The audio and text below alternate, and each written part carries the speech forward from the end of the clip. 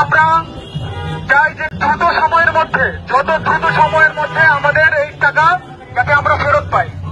এখানে দুটি চক্র কাজ করেছে, একটা হচ্ছে জামাতি চক্র, একটা হচ্ছে আওয়ামী লীগের চক্র।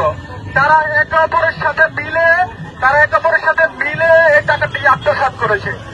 আমরা ছাত্র জনতা, আমরা জামালপুরের ছাত্র জনতা, মাদারগঞ্জ উপজেলার ছাত্র জনতা মাত্র সমবায় মন্ত্রণালয় দিতে বাধ্য হব।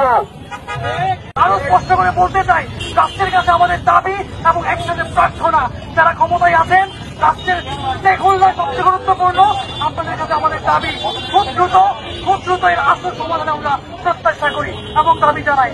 আমাদের যারা সমবায় মন্ত্রণালয়ের সবচেয়ে বড় উপদেষ্টা রয়েছেন, আমাদের অফিসার যারা রয়েছেন, মাদারগঞ্জের মানুষের কান্না যারা শুনতে পান না, তাদের কাছে আমরা দাবি জানাই খুব দ্রুত যেন আমাদের এই দাবিগুলো মানুষের জন্য, আমাদের রাষ্ট্রের জন্য, এই মেহনতি মানুষের জন্য কথা বলার জন্য সুযোগ তৈরি হয়, সেই প্রত্যাশা নিয়ে আমরা এগিয়ে যেতে চাই। এবং একই সাথে আমরা আবার বলতে